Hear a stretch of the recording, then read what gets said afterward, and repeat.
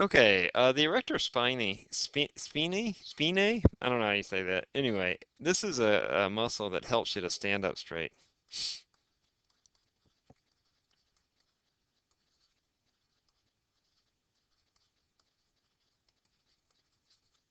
and to bend over.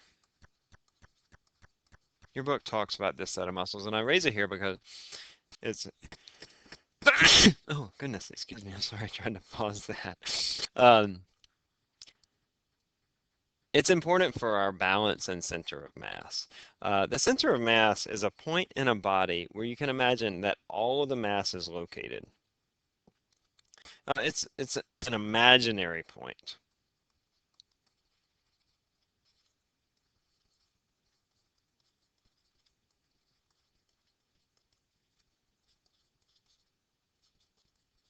This is probably best seen with, say, a meter stick. A meter stick is 100 centimeters long, and I can balance this meter stick on my finger if I put it right there, which is at 50 centimeters. That's at the midpoint of my meter stick. That is the point of the center of mass. You can imagine that all of the mass is located at that point. Um, if I did something to the meter stick, say I added a mass to the end, then the center of mass is going to be over here closer to where that mass is that I added to the end of the meter stick. If I look at these objects, which are not regular like a meter stick, where is the center of mass for each of these? Well, right here, the center of mass is going to be kind of down here. You can imagine like a, let's see if I can draw this. That's a football player that's squatted down really low. Football players do that. They go lower because it drops their center of mass, that they move more of their mass closer to the ground and then they become more stable. Here, this is sort of like the loaded meter stick. The center of mass is going to be over there. And then here I have an object where the center of mass is actually outside of the object itself. So if you imagine, say, a human body, the center of mass of a human body is usually right about here at the belly button. No matter whether you have an innie or an outie, that's still your center of mass, roughly.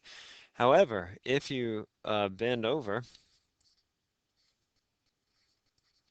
then now your center of mass is, well, right about here. And so my center of mass, that's why when you bend over that you become less stable because your center of mass is outside of your body and you'll tend to tip over more.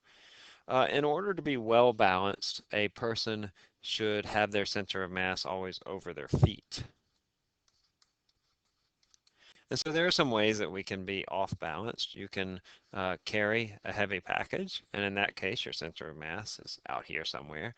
You can do something like where you kick your leg up, and now you're off balance. But in fact, actually, when you do something like this, if you watch people, you'll always see that that's really more like that, so that whatever mass they're kicking out to one side, they're going to put an alternate mass on the other side so that they still keep their center of mass, right about here.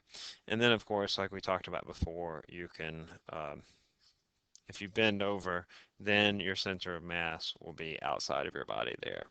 All right, we'll do an activity in class where we look at center of mass. Just this last thing, this was really just a fun little project that we did a couple of years ago.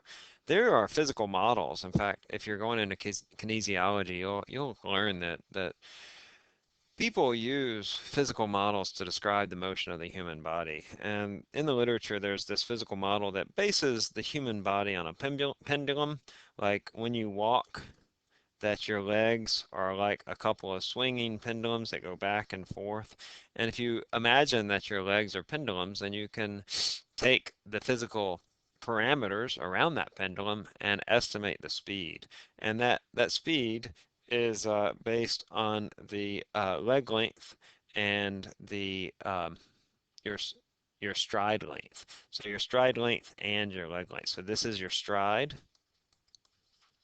and then this is the length of your legs. And so we have this relationship where V should be proportional to delta square root of D over L.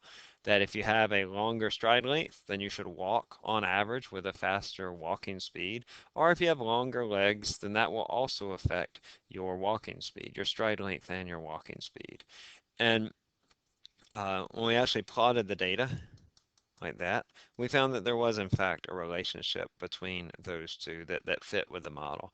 I just say that because that's what scientists do, is scientists predict things and they try to create these simple models to describe those systems like we did here where we used a pendulum to describe how a person walks.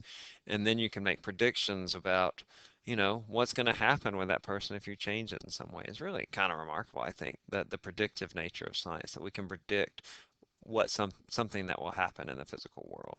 And it's really cool to see how kinesiologists do that.